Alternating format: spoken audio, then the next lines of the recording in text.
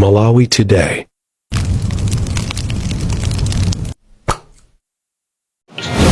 Iwo pa station yoyamba yoponyera voti anapeza mavoti 187 malo ena anapeza 189 pomwe ikakambazana chakwera pachiwasi pomwepa malo ena anapeza ma 129 votes malo ena anapeza 136 votes ndipo tikakambazana bambe malo ena anapeza 103 pachiwasi primary malo ena anapeza 88 tikakambazana ku Masasa CDSS komwe kunali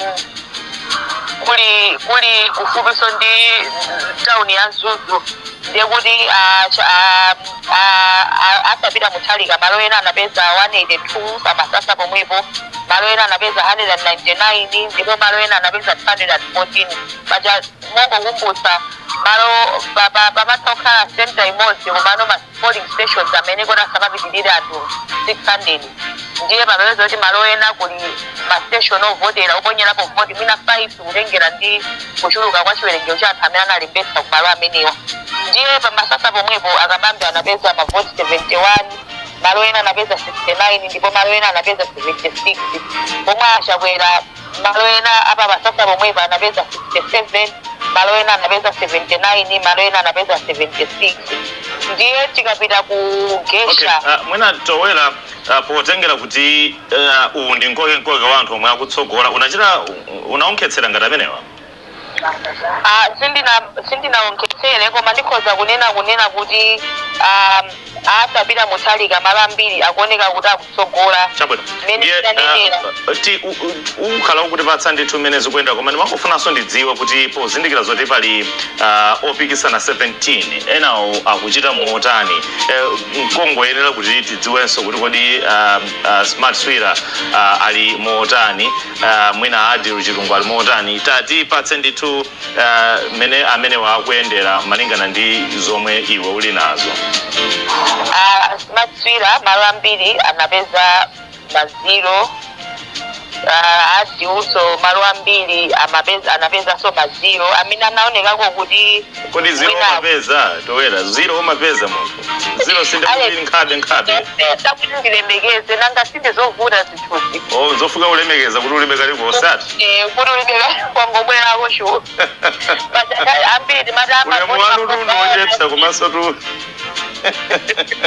Ebadi mavoti wandogawana koma Malawi ndiye sakudziwa chomwe amafuna akumanana Malawi akumana ndiye amene adanako kuti mwina anachita kobolako ndoti a Joyce Banda anapezako pa Masasa malo ena anapeza 4 malo ena anapezako 5 Arubere Muluzi malo ena anapezako 8 malo so ena anapeza 8 pa Masasa pomwepo Akwame Bandawe malo ena anapezako 1 Athokozani Banda malo ena anapeza 1 malo so ena anapeza 1 ngati kuti abwerako ndi 2 tikakambaza Zapa Kaligomba primary ndiye kuti Muluzi malo ena anapezako 1 Amaiko Usti malo ena anapezako 3 Akamuzu Chiwambo malo ena anapezako 4 aja Nyamata amayi abambo achinyamata amayi ana malo ena anapezako 3 ndiye utha kuona kuti mavoti yake ndi mmene anagawidwira kuno chifukwa pena apezoti ena abwerako ndi 2 ena abwerako ndi 1 komano amene anagawanako ngati mavoti akuluakulu ndiye kuti ndi chipani cha UTM chipani cha MCP komanso chipani cha PPP. Alright, so tika nkulankhula kwathu titha kunena kuti nkoke uli pakati pa atsogoleri anayi DPP Arthur Peter Mutharika Lazarus Makape chakwera achipani cha Malawi Congress MCP Adalitso Kabambe omwe ndi achipani cha UTM komanso tikunena za ndithu Atupele Muluzi achipani cha United Democratic Front UDF ndidero towera katswiri andi momwemo ndithu chabwino ndeti tikamabweranso pano ndifune kuti iwe uonkhetsere ndithu zimenezo udzitipatsa ndithu mosongola ndithu kodi tikulowera kuti zikuyenda bwanji kuti tipite konse komanso kuti mndandanda wa atsogoleri onse 17 makamaka pa atsogoleri adziko pa kuti mwina tikhale tikuwalondoloza bwino lomwe ndiye ndipemphenso kuti nawe ukachite kusukusula nkudzola kokoma ngakhale kuti zithunzi zomwe mukutipatsazo zikuoneka ngati kuti munasukusula kana ndinatasukusula ife rimainda ndithawi ndasukusula you never catch us slacking zone ndabozeka ndeko aba mdani maimbala video mona mwijosile ora azatu musanga chabwino kusani so I mean nditola katswiri we shall get some live feed from where you are utiziwitsa Ndaga Mwene Fumbo is our producer and is standing by to get hold of you ndipo thank you so much tola katswiri komanso as a bureau chief we are going to expect kuti muna ungoti patsanso chithunzithunzi kodi chigawo chanu cha northern region chili motani tikale tikupitirira. Next up is joining me in the wonderful Nkuche. He's a political scientist from the Political Science Association of Malawi. He is our guest analyst. Komanso tikale nditu Ndisam Kabambe is back joining me shortly.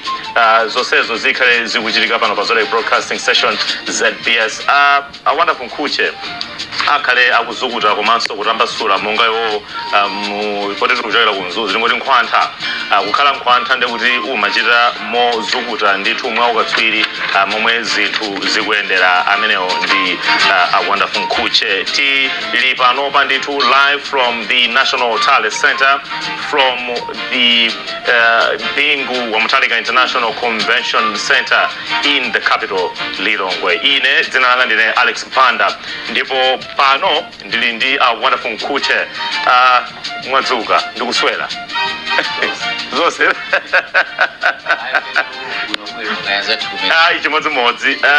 this is our service to the nation.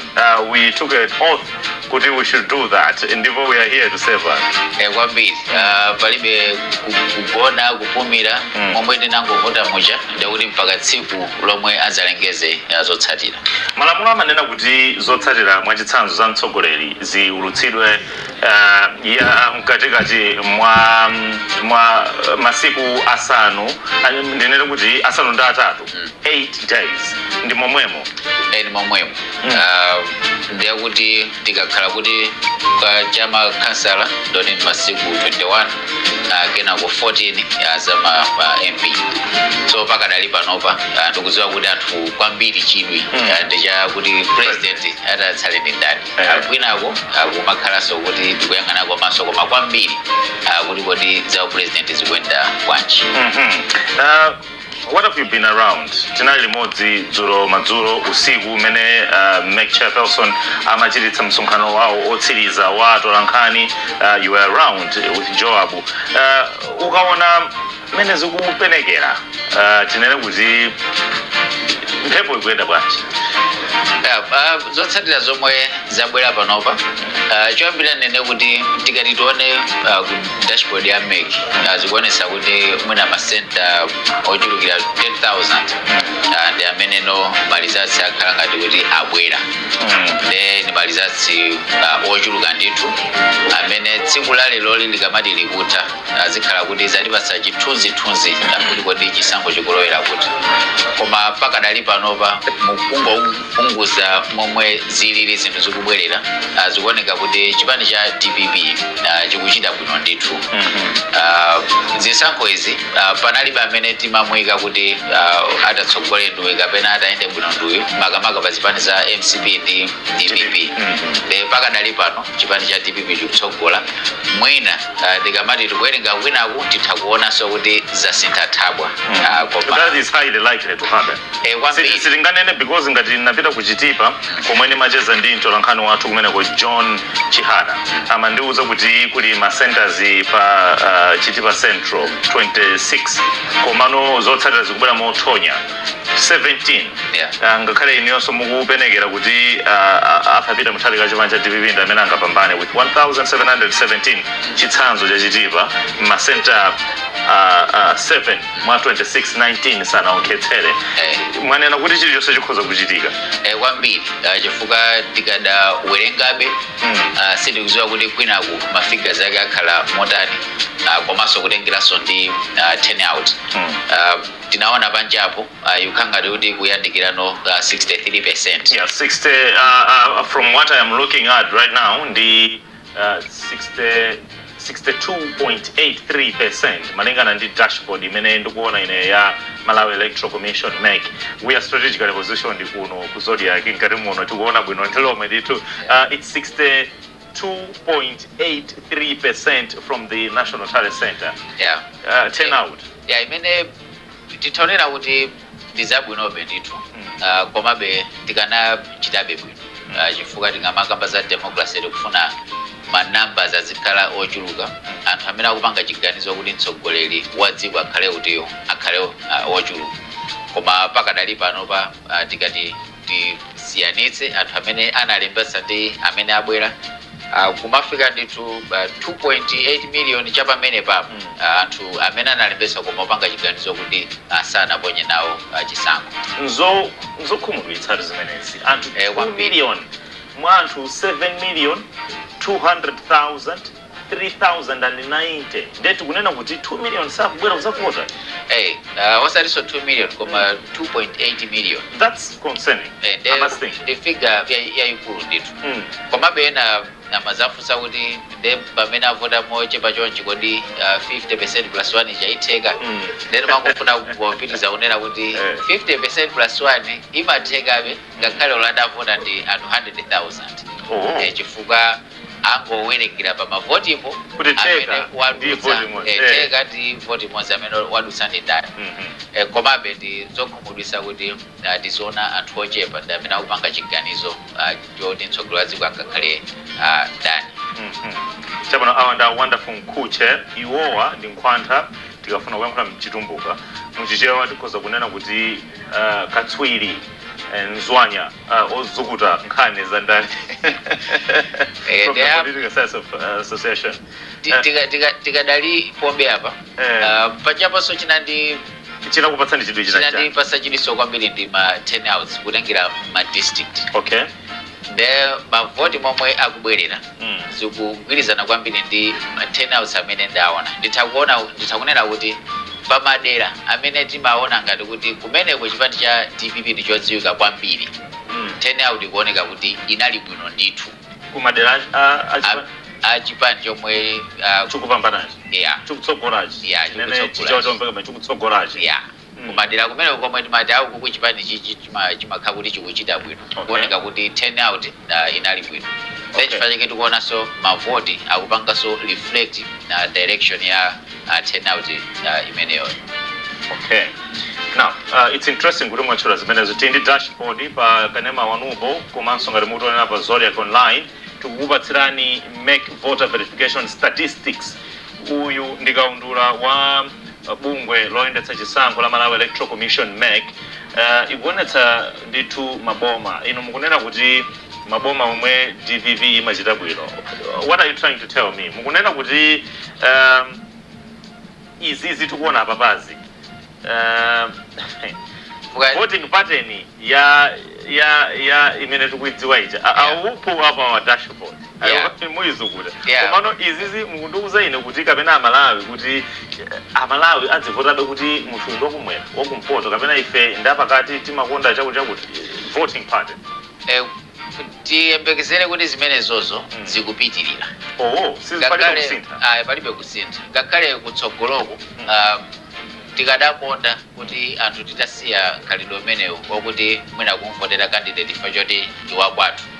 Komabe muchisankho ichichi tikhalebe kuti tikuziwerengera kuti zinthuzo zilipo.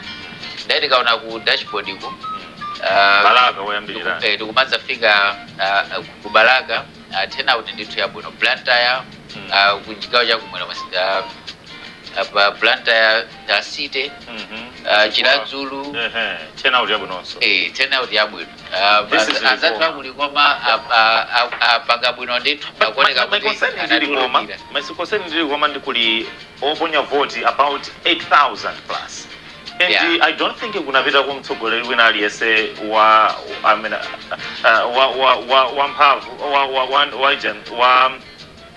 mtsogoleri wina aliyese wa amene akuyimira mpando wa president amene anapita kumeneko. Kulikoma omwe ndamona adapita anali othandizira kuyima nawo ku chipani cha UDM Dr. Matthews Ntumbuku amene naona kuti anatulukira not a presidential candidate. Not a presidential candidate. ndezikanga ndikuti kulikomako mwina makandidate anazaona manambalawo uzaonanso kuti mwina akafikidwe kakuderako ndikovutirapo de anangokusiya kuti anthu ena ndi amene apite background. Significance ya Ligoma, I will stick to Ligoma. No presidential candidate has visited Ligoma. 8,000, good turnout. Yeah. But how significant? Nditakunena kuti not that much significant. Chifukwa cha manambala amene tikuwalankhula 8,000 ndikafika kochepa ndithu kutengera ndi ma district ena omwe analembesera. Okay, we move away from Ligoma. Can we go to Lilongwe? What is your impression ya Lilongwe? Yeah, Lilongwe in terms of anthu amene analembesa anali wochuluka ndithu. Dzulo pamene timamva kwanza tu AMEC amadza nena kuti panali zotsamwisa zina zomwe zimadzaonesa kuti turnout percentage omwe anatipatsa si momwe zinalili background komabe anatilonjeza kuti akonza vuto limenelo zomwe zikuonesa kuti alikonzadi turnout 68.79 iyo ndi Lilongwe lulo kenako Lilongwe kusite kumene pathetic turnout kwambiri ndikuona kuti pokuti anthu a town pena pake timazaona ngati kuti kuvota ndi kwa anthu akumudzi ende pena pake timakhala kuti talembesa tsiku lovota likafika kenako kudzapanga chiganizo kuti tisapiteko. Koma ndi tsiku la chuti inali tsiku la chuti ndithu wina aliyense anali ndi ufulu wokuti apiteko koma nkhani ya zisankho ndi nkhani ina sizimatengera anthu ena kuti kapena anali mabize chimakhala chiganizo chochokera pansi pa mtima ndithu kuti kudzuka munthu ndi nthawi yonse koma nkuzanena kuti ine sindikaponya nawo voti chifukwa chonena kuti mwina unakhumudwa ndi zinthu ziwiri zitatu pakayendesedwe kapona. Chabano, that is Lilongwe City. I'm looking at Neno. Neno, so you want to undertake it? Kwambiri. Neno. This is a DPP stronghold, you say? Yeah. Neno yachita bwino kwambiri. Kumene kuso tikati tione pamalizanso amene akubwera DPP ndithu ikuchita bwino. Koma chodabwisa china nchokuti pamene tisanaponye chisankhochi panali mpungwe mbuyo chipani cha DPP ankauza anthu madera abwino kuti musakalembese chifukwa cha kusiyana komwe anali nako ndi abungwe la AMEC. Then timayembekeza kuti mwina mawu amene ajawa akanatha kukhudza zakalembesere komanso kubwera kwa anthu kuzisankho. Koma zikuoneka kuti sizinatero. Kumadera kumeneku anthu abwera ndithu mwaunyinji wawo nechifukwa chake tikuona kuti malizatio akupanga reflect zomwe atolankhani athu akumatiuza background. Okay, tikupitirirabe kucheza ndi Wonderful Nkhuche. Chimene mukuona apachi ndi billboard kapena tinene kuti dashboard kapena tinene kuti pomwe pali kaundula yense wa bungwe loyendetsa chisankho limene la Malawi Electoral Commission MEC tili kunoko ku National Talent Center mu mzinda wa Lilongwe. Kuno ndili ndi Wonderful Nkhuche iwo andikatswiri amene akundithandizira kuzukuta komanso kuchimvetsetsa bwino ichi kumbali imene mukunena kuti tsindika kuti kaundula uyu akusonyeza kuti anthu amene amatsatira chipani cha DPP ndi amene anabwera kwambiri. Komanso nokha mukundiuzanso kuti paja chipani chimene chinkauza anthu kuti musapite kukavota. Musakalembetse. Musakalembetse musapite kukavota musakalembetse. Ndi anthu aja akalembetsa koma the numbers are not quite as what we expected. Kenaka akubweranso and mukuona kuti akupanga tilt towards that. Yeah. Zikuoneka kuti momwe timayembekezera ndi information yomwe DPP anapereka kwa anthu otsatirawo sizikugwirizana. Panopa atuluka ndithu anthu ovotera DPPO nchifukwa chake ka trend tumakaona kuti kakutsatiranso momwemo. Komabe anthu ambiribe akumazafunsa kuti kodi kukhala amene atapambana ikhala landslide kapena ziyenda motani. Za landslide tiwaleko pa zisankho izizi. No landslide victory for anyone. No landslide. No landslide victory. Silikafikia kumeneko. Komanso mukuyang'anira can we get a 50% plus one vote? in this election as the mene akuchitiramu mene malizatsa kubwerera no ndikuona ngatiso pamene poso pavuta pa 50% plus 1 pa 50% plus 1 kuti wina angopambanira natu kudusiratu pamene popo ndikuona ngati zivuta so ndikuona ngati kuti zipani ziwiri zomwe zikutsogola DPP komanso MCP zikhala ngati kuti zasalazana koma sitifika ku 50% plus. I think I'm allowed to say this is breaking news coming here on Zodiac kuti our wonderful Kucha kuti there is a probability kuti no one can get a clear 50% plus 1 vote komanso akundiuza kuti I should get you right. Yeah. Or you should tell Malawians straight in their face kuti we can have a runoff kapena a rerun.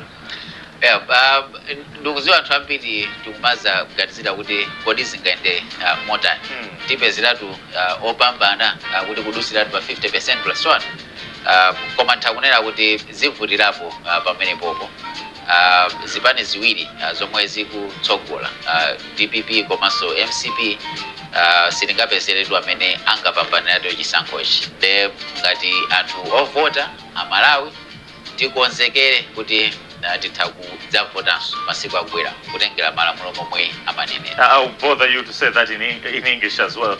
You are telling us that there is no one who can get a 50% plus 1 vote from this first round of the election, and in fact you are projecting that we might go into a runoff or a rerun.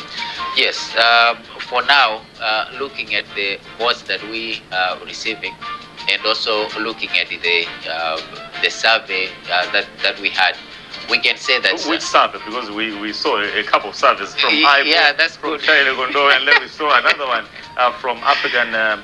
I will confirm the other name, but three surveys came out prior to the polling day. Yeah, we had a lot of surveys, but now I'm referring to the Afrobarometer survey and also IPO. Okay.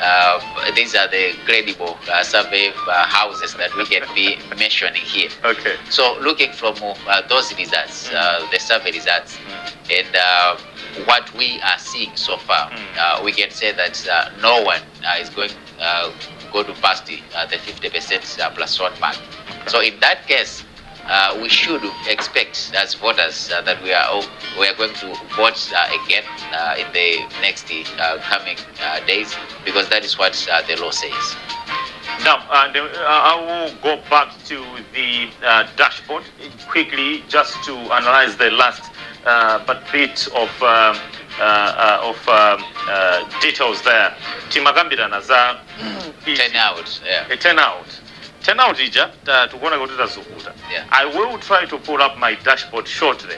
Tikamapanga pull up dashboard yanga ndikuonesa voting pattern yathu kutokera 1999 kena kati 1994 kena katipita 1999 2004 kena katipita 2009 kena ka 2020. Yeah. I will show you color coding yathu. Okay. Koma tisanapita kumene koko ndimafuna timalize kaye ichi dashboard cha meki ichi. Apa ndi uyu ndi Pepo, yes? Ife ndazibambo. Ife ndazibambo mwina mitundu imativuta. This is Pepo. Yes. This is green. I must believe. I must believe that those are the colors. Pepo represents female turnout. Yeah. Eddie? Green, male. Yeah. Females are looking at 57.1. Is that 57.16? If I'm looking in one of the window. Males in 42.8. Chakuti. Tinena kuti zimene zizi zilindira ntauzo lina lage kabweledo ka amai ndo chuluka kuposa bambo. Ndipo zinaemba kudabwisa kunkhani ya registration. Kumene kuja ameke atatulusa malizatsi awo in terms of registration azimai ndi amene anaoneka kuti anabwera mwa unyinji wawo. Komanso timayembekezera kuti zolembesazo zibweranso kunkhani yoponya zisankho. Ndesi zikudabwisa chifukwa azimai ndi amene analembesa kwambiri kusiyana ndi azibambo. Okay, so azimai analembesa kwambiri. So this was highly likely. What do you make out of those? And akhala ndikuyesera kuti ndichimvetse zimenezi kuti ndi chiyani. Tikafika apa uku ndi ma centers amene tili nawo ameki. Okay.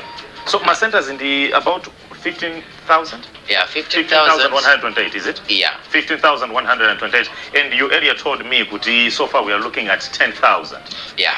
The 10,000 in my enclosure, the kuti transmitted. Transmitted. Yeah. Okay. Kumene zakanga kuti zawerengedwa komanso ndo kuti malizasiwo aponyedwa. Okay. Mu system. Kombano, this we are using a hybrid kind of transmission of results. Yeah.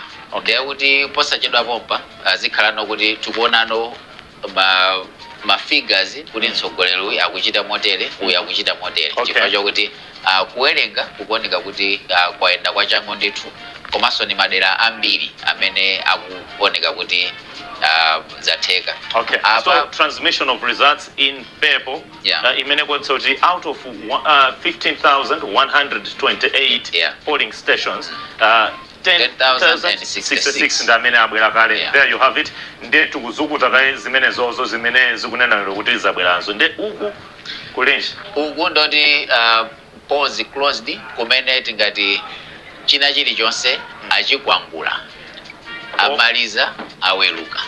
Pati pamene Polls closed. oho chilichonse chatseka.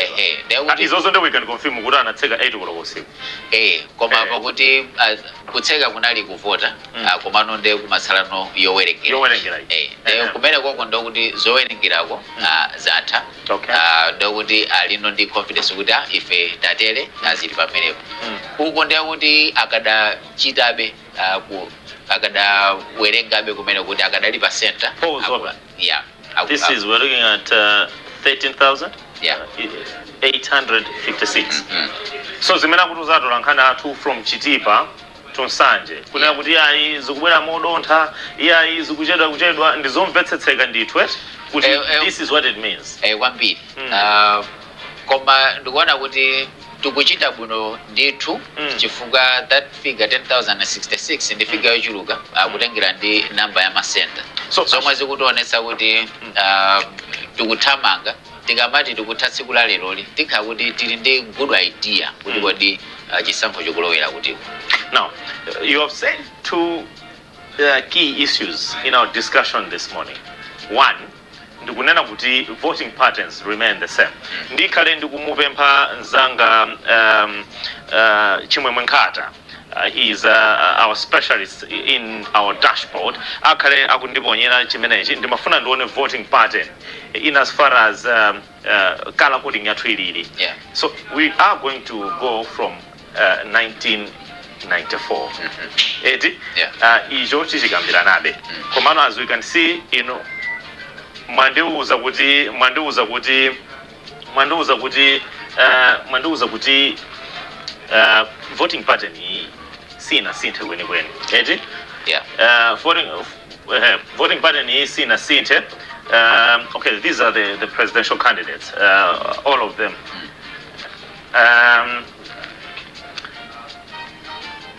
Okay, these are the voting. Okay, we go to 1994.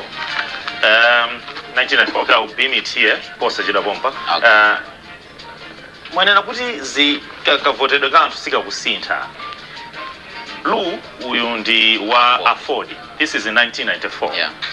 Green uyu ndi wa MCP mu 1994. Yellow uyu ndi wa UDF mu 1994. Our mapatches are grey ngati ya. Ndi MDP. Yeah. Yeah, these are not for MDP because that was 0.48. I wonder kuti nthawi imene tinalibeko ngati ma statistics bunolom. But ndimafuna nditsimikize kuti voting pattern ichi ngakhale munena kuti anauza kuti musakalembedze anthu ajabu akhoza kuvoterabe this kind of loyalty. Kwambiri loyalty imene kapena regional voting imene sitingayichotseretu. Mwina kutsogolo pazakhala kusintha chifukwa choti chisankho chilichonse chimabwera ndi khalidwe lake. Tikati tione mbuyo 2009 nthawi ya Apingwa Mutharika. Chipani cha DPP chinachita bwino ndithu chigawo cha pakati pano komanso kumpoto. Okay, so mwanena zimenezo. Let me demonstrate what you're trying to say. 2009 you say. Yeah. Okay, but can we quickly rush through to one kuti 1999 palizotani? Okay. 1999 ndizi zimene zinaonekera. UDF inatenga 48.21, MCP 41.64, NDV inakwera. Mwaiona? Yeah. Awa ndi Bishop Nkumbwe Daniel. Yeah. Kono komaso Dr. Bingwa Mtali ali UP. Yeah, UP. Was that yeah, United Party. Yeah, United Party. So we quickly go to 2009 where ndio mukunena kuti kunali something different. Yeah. This is the only time we saw somebody hitting a landslide. Yes. Imene muona kuti chaka chino sichiti. Yeah, singachitika. Tandifotokozera. You can stand and demonstrate to me kuti zimene zikutanthauza. Yeah, there ababa ngati momwe manena muja. Chifukwa choti. So this is a color coding. Yeah. Blue ndokuti the DPP, green ndokuti the MCP. There no kamukathe kuona kuti pali maboma ena chigawo cha pakati komaso kumpoto kukomwe DPP inachita bwino mopandaso kufunsaso kuti apanga bwanji. Tikati tionesa koza 2020 kapena 2019 kumpoto kunalowera kuchipani cha UTM 2020 2020 2019. Oh, this is 2019. Okay. 2019? 2019 tikathe kuona kuti kumpoto chipani cha UTM china this red color coding the yes, UTM under late Dr. Saulus Klaus. Yes. Okay. UTM inachita bwino kumpoto. The pazisankho zonse zomwe dakhala nazo mdziko muno kumpoto sikuti kumapanganika kuti bwanji. Kumpoto sikupanganika. Ayi. Chisankho chicho akulowera kwina. Apapaso zikuona kuti mwina pokuti ubale wa DPP ndi Afford mwina anthu akumpoto tikuganiza mwantundu wina kuti titalowera ku DPP. Does Afford have any sway effect at all? Osati kwambiri. Sitingawerengere ngati masiku akale mochi. Chifukwa masiku akale, can you go by agent pamene 1994? 1994, let's see kuti 1994 kuna zotani. This 17.36%. Yes. Do you think this is still there? The chafukufwa chihana simbi ya moto effect is still there? No. Sitingawerengere kuti pakadali panopa zili choncho. Okay. Komanso 1999. 1999, let's go to 1999. So 1919 or 1999. Yeah, 1999. Ford inachita bwino ndithu kumpoto koma ngati anagwirizana ndi anzake achakufa Rwanda juwa. Yeah. Okay. Then ngationa green akuchita kuonesa kuti MCP inatenga ndithu pakati plus kumpoto komanso kulowa shile uko chifukwa chonena kuti Gwanda chakwamba amachokera kumeneko. This is the Gwanda chakwamba effect. Tinaona kuti kulowa shile anzathu anasankhaso chipani cha MCP. Komabe poti time manager cinema endera za 50% plus 1. Then chifukwa chake Dr. Bagiri Mulozi anapambana anali ndi mavoti 48.2. Now I want you to let me try to demonstrate the figures now. Kuti kodi zikuona tanje. I want us to look at the figures. Those are the percentages. Dr. Bagiri Mulozi got 2,442,685 votes. Yeah. Zinali zapa mwamba mavoto ochulukirapo. Koma awawa anali slightly higher tikachokera pa 1994 kumene inali first democratic elections after from one party era. That was the better one. Komanso MCP potengera 1994. For 1994 MCP inali mavoto otsikirapo 34% thereabout. Tandipatseni chithunzithunzi cha zimenezi. Tikaona mundale zaka 5 ndizochuluka kwambiri. Ngakhale zisankho izizi titakuona kuti anthu anachoka ku bola DPP inachoka kubwera no ku bola DPP. Muyankhula bwanji. So ndi zaka 5 zipezo apapa tikamati tikuchoka 1994 kumafika 1999 ndi zaka zochuluka ndithu. Zomwe anthu 1994 anali excited kuti tikufunika kuti tisinthe kubwere ndale zina. Pamenepo IDF anachita bwino ndithu Bagiri Mulozi. Komano pa zaka 5 zikukhanga kuti panabweranso zinthu zinaso zotsamwisa zomwe zinayamba kumaganizira anthu kuti mwina bola konkuja kwakale kuja. Then chifukwa chake tikuona kuti MCP inachita bwino ndithu in terms of percentage tikaona kuti zisankho za 1994 percentage to 1990 9. Okay, so we're looking at a percentage of the Malawi Congress Party. This is 41.64% in 1999. 1999 tukugamba zoti MCP inatenga 41.64%. Koma mundilole kuti tingoona be kuti this is 1999, eh? Tuone kuti 1994 kuna iwazota, ne? 1994 it was 30.73. Anthu anafunitsitsa kuti achoke. Kwambiri. Apapa zinali given ndithu kuti MCP izipita. Komanso time ene panali kuti MCP anayikapo Kamuzu Banda atsogoleri amene anthu sankamfuna. Pena pake democratic wave imene inabwera ija. So there was a wave. Inali wave ndithu yaikulu imene MCP ndi kukula kwawo konse kwa zaka 30 uja zinavuta kuti athane nazo. The change inabwera, koma change itabwera pamene anthu anayamba kumaganizira nobwino kuti kodi tikhalebe ndi anthu omwewa kapena ayi. Demwe natitapitizanso pa zisankho zina zakutsogolo. Chabwino. Now I just want to tell anthu amene akutionera pakati panopa kuti chimene tikukambira za zimenezi, chimene tikukambira nkhani yonena kuti kodi akuti anapeza mwakuti nchifukwa chani. Ndiye awonderful Nkhuche akunena kuti ma voting patterns akupenekera kuti anthu avoterabe zigawo. Komabe awonderful Nkhuche akunenanso kuti zitakutheka kuti mwina ma voter dynamics ena ndiye natha kusintha mwachitsanzo chigawo chakumpoto kavotedwe ka anthu aku chigawo chakumpoto nkozi zwitsa ndiye let's get back to it. These are our presidential candidates. Yes. 17 of them in alphabetical order. The patragamona John Jasa asaoneka kuti fedeka number 1 kuti number 1 china chose chikwenda mu alphabetical order. Wonderful. I wanted to say kuti ballot paper yathu so tikaiona amene munonse munakavota pamene paja oyambirira ndi my Joyce Banda. Yes. Chifukwa cha alphabetical order zimenezi ndi matchuliro A, B, C, D. Ineyo ndi inuyo. Ineyo ndikuti dzina ngati khapo yamba Alex Banda. A, B. Kaya mufuna kuti yambire Banda Alex zitheka pamene povutika ndovoyambirira. Awonderful Nkhuche ali kumbuyo kwanga. So ife this is what we are bringing to you. I'll try to push it all kuti tingokuonetsani from Joyce Banda to Smart Sweeter. Ndidelo what? Yeah, tukambira kwa Joyce Banda ukathera kwa Dr. Michael Us. Okay, so you wanted to demonstrate kuti tione chisankho china ndi chanji. Ndoti cha titapita no cha 2014. 2014. Yeah. Maybe tuone 2014 chisankho kuti chili motani cha mtsogoleri wa dziko. Kupita chisankho chisankho cha 2014. Yeah.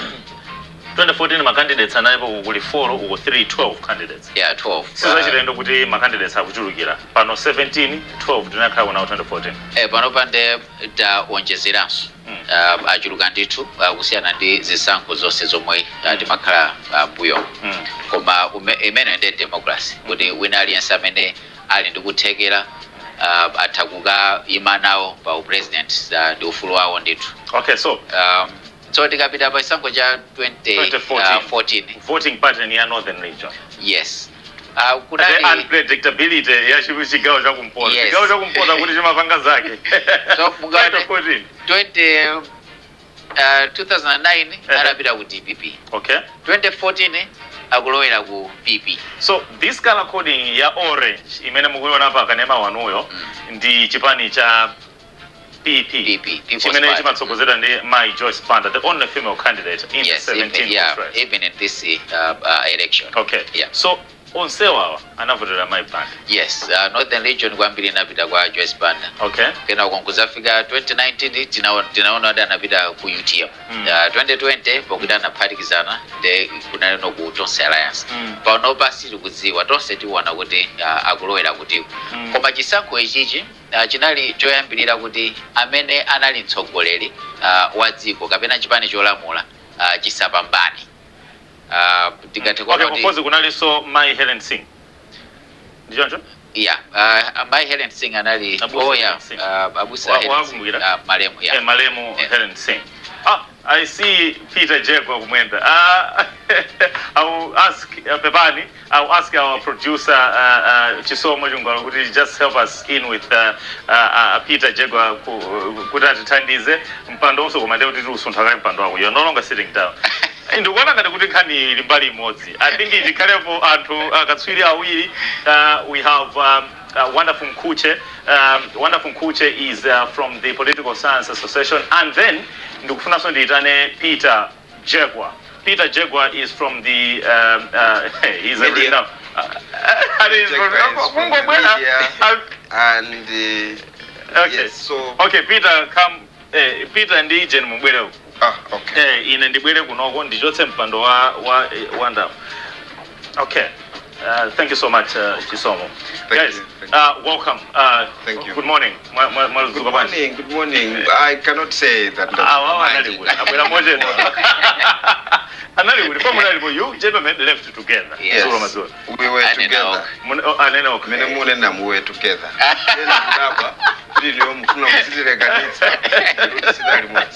No, but it's been a long night. I think it is important to say that he was. I was watching last night, doing a fantastic job. Yeah, we have our ladies doing a fantastic, very fantastic job. The ladies just left 2 hours ago. Exactly. The bottom line is that people will be able to access information about these elections on Zodiac, on television, online, and on radio. So there will be times you see a bit of me here or him, and there will be times when people will be listening to me on Zodiac Radio. It will not necessarily mean that I have disappeared. Okay. But I think it's Zodiac is doing its best to ensure that people have adequate information. Yeah. People in this country are following bit by bit everything, looking at what is happening now, comparing to what happened in the past. Definitely. And also being able to see and sense the projections of what might happen in the future. I wonder, Peter Jegwa. You are ndakatswira anakhala ku Tolankhani wantaya itali ngatene anazama nawo Tolankhani uja ndikukhala katswiri. So pano welcome to makambirana za mene dashboard ya upu up quickly dashboard ya MEC imene ayiketika malo panja pa National Talent Center.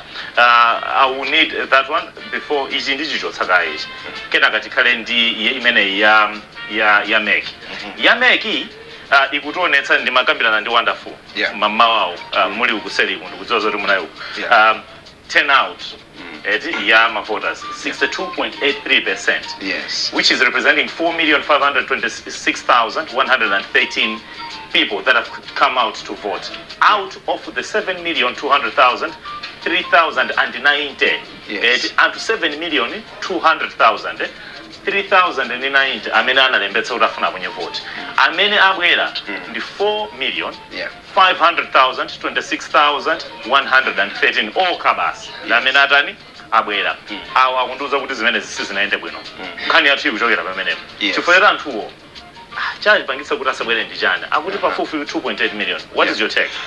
Pali zinthu zingapo choyambirira chikhoza kukhala nkhani ya logistics. Okay. Ndikhoza kuuza anthu amene akuonera Zodiac panopo kuti this operation kumbali ya Zodiac kuli anthu mwina opitirira 40 amene akugwira ntchito iyi ku Zodiac kuno. Ena zinali zovuta kuti akwaniritse kugwira ntchito iyi komanso akavote logistically zinali zovuta. Mwina amenewo sizinali zovuta kwambiri koma ndikudziwa ena omwe ndi ana a sukulu amene analemba